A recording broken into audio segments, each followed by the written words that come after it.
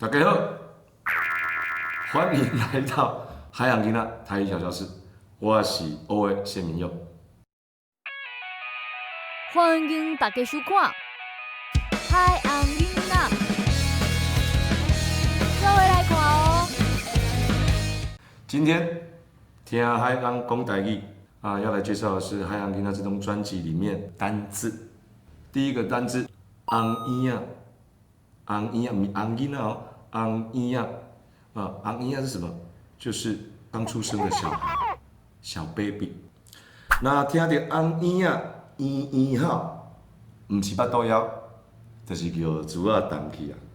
哦，你知道听到小 baby 在哭，最多的就是肚子饿了啊，要么就是他的尿布湿了。不一样，发芽哦，我们形容任何的植物发芽都叫做不一样啊。